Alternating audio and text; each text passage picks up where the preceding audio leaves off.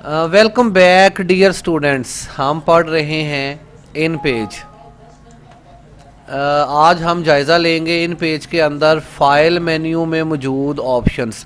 Dear students, इससे पहले हमने तकरीबन तमाम के तमाम टूल्स स्टडी कर लिए हैं। तमाम टूल्स को हम पढ़ चुके हैं। बेटा आवाज़ आहिस्ता करो हारस। यहाँ पर टूल्स हमारे हो चुके हैं। अगर ऊपर देखें तो यहाँ पर टूल्स के बाद हमारे पास ऑप्शंस होती हैं मेन्यू बार के अंदर, मुख्तलिफ ऑप्शंस। ये सारा आपके पास मेन्यू बार है और फिर यहाँ पर फाइल के नाम से पहली ऑप्शन है। आज हम फाइल मेन्यू का जायज़ा लेंगे। आज की क्लास के अंदर देखेंगे कि फ़ाइल के अंदर कौन कौन सी चीज़ें मौजूद होती हैं। फिर इसके बाद एडिट की तरफ बढ़ेंगे।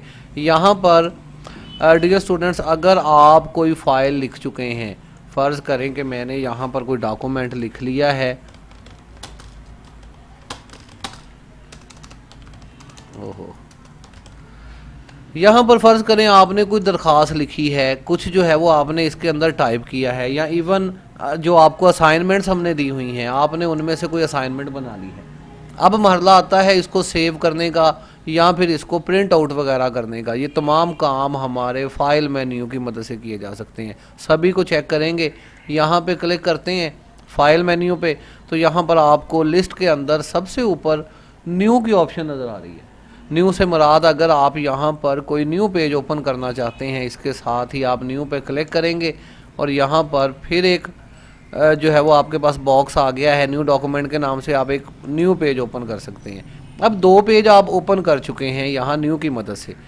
अगर आप यहाँ देखें तो मेन्यू बार के ही आखिर में आपको बिल्कुल वही बटन मिल रहे हैं जो आपको यहाँ पर टाइटल बार के अंदर भी नज़र आ रहे हैं। यहाँ से अगर आप क्लोज़ करेंगे तो फाइल क्लोज़ होगी, पूरा सॉफ्टवेयर क्लोज़ नहीं होगा।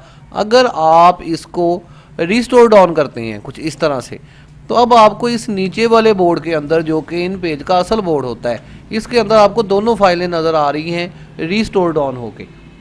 आप इसको टाइटल बार से पकड़ के इधर उधर मूव करवा सकते हैं दोनों फाइल्स को। यहाँ पर इन पेज के अंदर आप एक ही सॉफ्टवेयर में 7 टाइम्स तक फाइल्स ओपन कर सकते हैं। यहाँ पर आपने जिस फाइल के ऊपर काम करना है उसे आप मैक्सिमाइज़ कर लें, काम करते रहें। इसके बाद आप जो है वो अगर चाहते हैं कि दूसरी फाइल पर काम किया जाए तो फिर आप इसे मैक्सिमाइज़ कर लें और इस पर काम करें। एक ही सॉफ्टवेयर के अंदर आपकी मल्टी फाइल्स ओपन होंगी। नहीं चाहते तो आप फिर किसी एक फ़ाइल को यहाँ से बंद कर दें। अमूमन ज़रूरत नहीं होती ज़्यादा फाइल्स की, आप इस पर काम कर सकते हैं। इसके बाद अगर देखें तो यहाँ पर ओपन की ऑप्शन होती है न्यू के नीचे। कमांड्स भी आप याद करेंगे, आज से आप जो है वो इन कमांड्स को भी लिखेंगे। न्यू फाइल आप ओपन करेंगे तो कंट्रोल एन का बटन प्रेस करेंगे। याद रहे कि ये आपको आज ही याद करनी पड़ेगी। फिर ये वर्ड में भी ऐसे ही है, एक्सेल में भी ऐसे ही है, नोट पैड वर्ड पैड में भी ये कमांड कंट्रोल एन ही है। मैं आपसे पूछूँ कि कंट्रोल एन क्या काम करती है कमांड, तो आप कहेंगे कि न्यू डॉक्यूमेंट ओपन करने के लिए किसी भी सॉफ्टवेयर में न्यू डॉक्यूमेंट ओपन करने के लिए कंट्रोल एन का बटन प्रेस किया जाता है।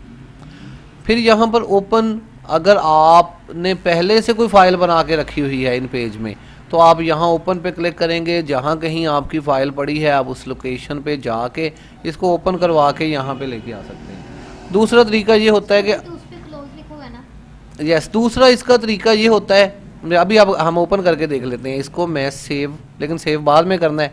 दूसरा तरीका ये है कि अगर आपके पास कोई फाइल है, आप इस फाइल को ड्रैग करके इस तरह से इन पेज के अंदर लेके आएँ। इन पेज ओपन हो जाए तो यहाँ छोड़ दें। अभी मैं इसको यहाँ नहीं छोड़ूंगा क्योंकि नीचे छोड़ देता हूँ। यहाँ पे ये हमारा रिकॉर्डर है।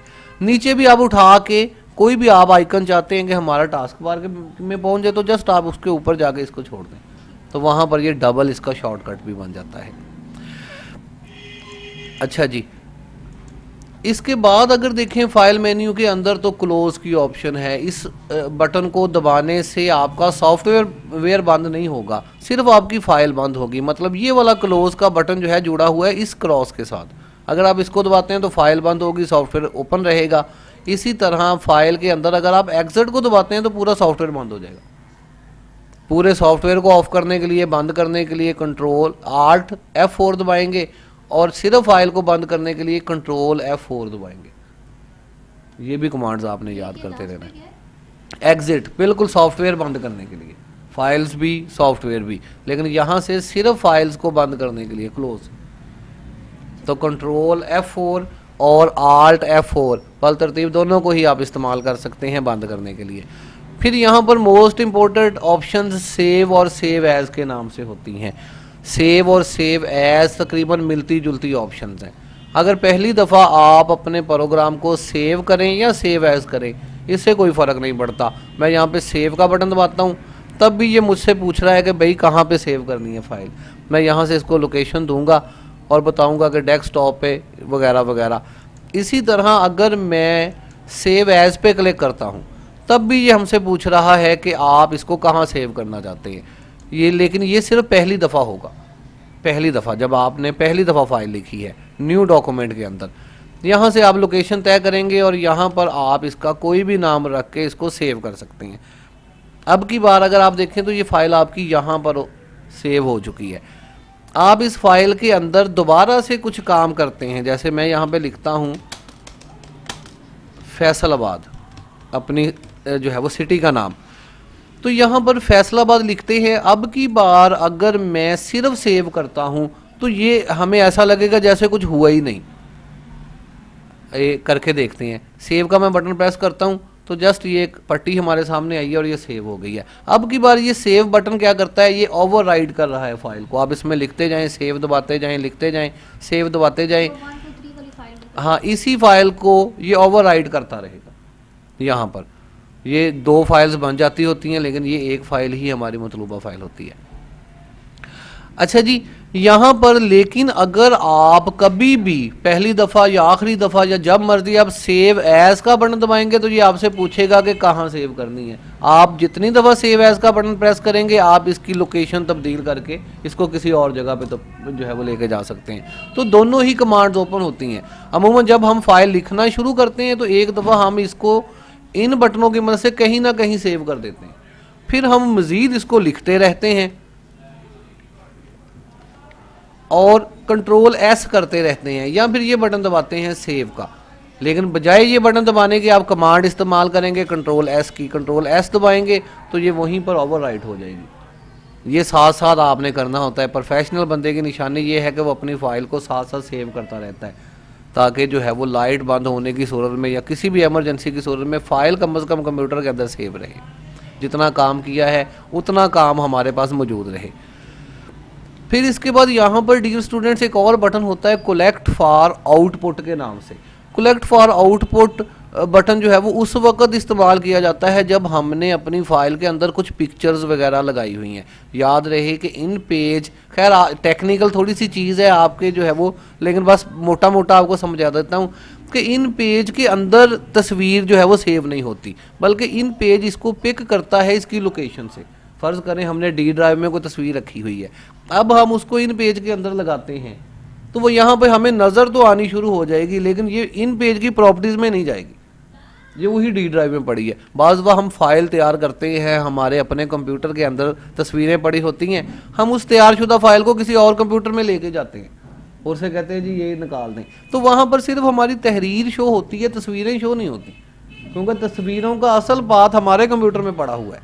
जबकि वर्ड एक्सेल में जब आप एक दफ़ा पिक्चर लेके जाते हैं तो वो जहाँ मर्जी आप ले जाएं उसको कॉपी करके, उसकी तस्वीरें वगैरह उसी तरह महफूज होती हैं, इन पेज में नहीं होती। तो इन पेज में करने के लिए कलेक्ट फॉर आउटपुट जो है वो की जाती है। हम एक फोल्डर के अंदर ये जो है वो एक आउटपुट में रख के चीज़ें साथ लेके जाते हैं। खैर ज़रूरत अभी इसकी नहीं है, टेक्निकल चीज़ है।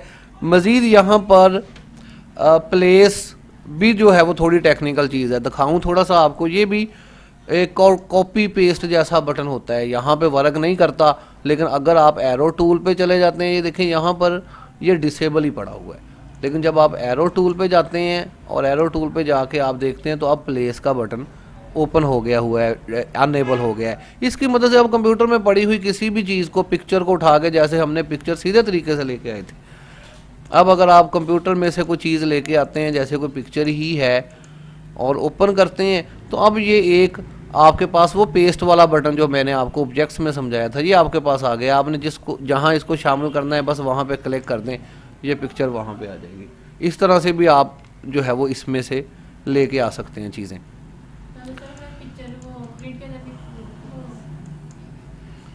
यस यस हाँ, प्रिंट में तो आएगी ही आएगी बेटा वो, लेकिन जब मूव करवाएंगे तो तब मसला होगा, जब उस फाइल को मूव करवाएंगे। ये खैर आगे चल के आपको पता चल जाएगा। हमने इन पेज को जो है वो मूव करवाते वक्त इतना नहीं, जो है वो वर्ड एक्सेल का काम ज़्यादा होता है फाइल मूविंग्स का।